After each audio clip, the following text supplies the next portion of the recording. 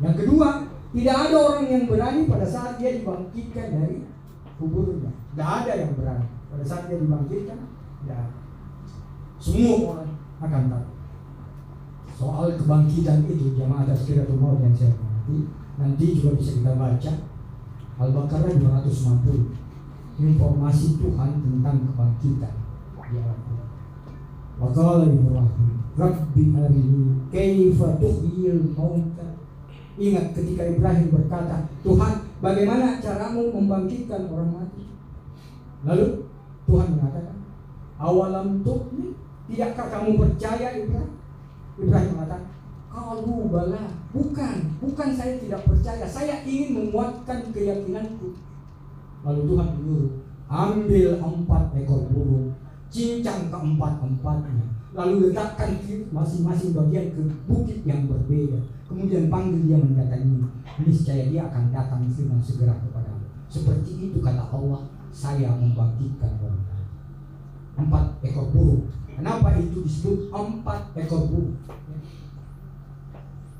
Jadi Allah menyebut 4 ekor burung oleh mufassir Jalaluddin Rumi, mufassir metafor yang selalu mengambil perumpamaan ibarat ya. 4 ekor burung itu berkaitan dengan orang yang bisa bangkit kembali dari alam kubur. Mereka siapa itu? Jadi 4 ekor burung itu adalah metafor, perumpamaan. Mereka yang bisa bangkit, mereka yang bisa menyembelih 4 unggas. Bukan berarti di dalam hidup disembelih 4, apakah bebek, ayam, merak, kemudian gagak, bukan itu. 4 ekor burung yang disebut itu metafor, perumpamaan. Mereka yang bisa bangkit dari alam kubur, yang pertama yang bisa menyembelih kerakusannya. Itu dilambangkan dengan bebek. Jadi kerakusan. 1. Yang kedua, dia bisa menyembelih nafsunya, ayam jantan. Yang ketiga, dia bisa menyembelih kesombongannya, merak, burung merak, karena bulunya yang indah, kesombongan. Jadi pertama adalah berkaitan dengan menyembelih kerakusan, nafsu, kemudian kesombongan, dan yang keempat menyembelih keinginannya yang berlebih. Keinginan yang berlebihan itulah yang menyebabkan Adam itu terusir dari zona nyaman karena ingin untuk memakan buah khuldi, tetapi justru dengan itu dia terusir dari surga. Keinginan yang berlebihan. Jamaah Tazkiratul Maut yang saya hormati, kembali kepada kematian. Jadi kematian ini ada 2. Ada yang disebut, dan kalau lihat sabda Rasul, mutu qabla an tamut. Matilah kamu sebelum kamu mati. Apa maknanya itu? Mati yang pertama, kemudian tamutu yang terakhir. Tamutu itu yang kita sebut dengan al-mautu tabi'i. Jadi maut atau kematian alami. Itu semua akan kita alami. Itu semua akan kita lalui. Al-maut at-tabi'i. Kemudian yang kedua, al-mautu iradi. Kematian keinginan, matinya keinginan, matinya ego. Jadi kita disuruh untuk mematikan ego, keinginan yang berlebihan sebelum kita mati yang sebenarnya. Maka mereka itulah nanti yang bisa bangkit di alam kubur. Dia bisa menyembelih pertama kerakusannya, yang kedua kesombongan, yang ketiga nafsu, dan yang keempat keinginan yang berlebihan. Baru dia bisa bangkit. Jamaah Tazkiratul Maut yang saya hormati, untuk kita semua yang ditinggalkan oleh almarhum, tadi kita berharap mudah-mudahan insya Allah kita semua mau untuk senantiasa memaafkan kesalahan-kesalahan. Mungkin pernah terbetik sesuatu atau pernah terucap, terlontar sesuatu lalu itu tidak berkenan, mari kita maafkan. Mari kita senantiasa mendoakan. Itulah sebabnya jamaah Tazkiratul Maut yang saya hormati, kita semua seringkali setelah istighfar tadi, yang kedua ada yang namanya taubat. Jadi apa itu taubat? Itu taubat lebih dalam daripada istighfar. Jadi proses tazkiyatun nafs, yang pertama istighfar, yang kedua taubat. Taubat itu adalah meninggalkan kebiasaan atau tradisi lama menuju tradisi baru. Jadi kebiasaan lama menuju ke kehidupan yang lebih baik. Itu taubat namanya. Jadi dia lebih dalam, dia lebih tinggi daripada istighfar. Jadi pertama istighfar, yang kedua taubat. Yang ketiga, kita memperbanyak kebaikan yang kita kerjakan. Nah, berkaitan dengan tadi, kita semua berharap seperti itu.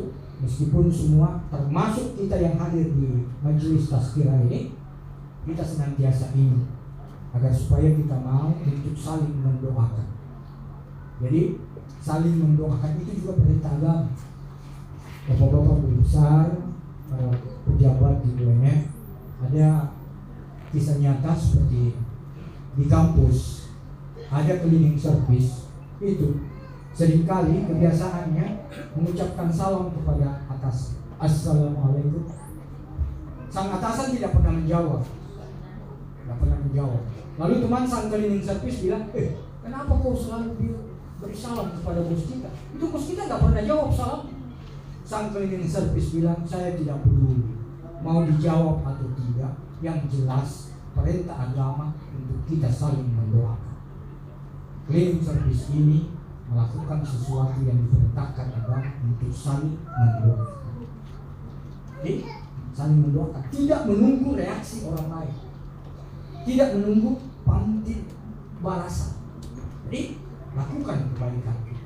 Selalu saya mengatakan, jangan kita meremehkan kebaikan. Atau diantara kita, jangan kita pilih, ini saya kerjakan karena ini banyak pahalanya, ini saya tinggalkan karena ini kurang pahalanya. Jangan begitu. Jamaah Tazkiratul Maut yang saya hormati, semua kita yang hadir di sini, tidak ada yang bisa memastikan kebaikan mana nanti yang mengantar kita ke surga. Boleh jadi ketika kita meminggirkan, mengatur kendaraan orang, lalu Allah menilai itulah perbuatan ikhlas yang kita kerjakan, lalu dengan itu kita masuk surga. Makanya jangan pilih kebaikan, lakukan saja. Kalau itu kebaikan, lakukan. Karena Islam tidak pernah memandang ada kebaikan yang merugikan pelakunya. Islam tidak pernah memandang kebaikan itu mengecewakan. Islam tidak pernah memandang kebaikan itu rugi bagi pelakunya. Islam menyebut setiap kebaikan yang kita kerjakan itu investasi akhirat. Setiap kebaikan yang kita kerjakan itu akan menghapus kesalahan-kesalahan yang pernah kita lakukan. Jadi tidak ada istilah sia-sia berbuat baik, rugi berbuat baik, kecewa berbuat baik. Tidak ada. Yang ada adalah setiap kebaikan yang kita kerjakan itu adalah investasi akhirat.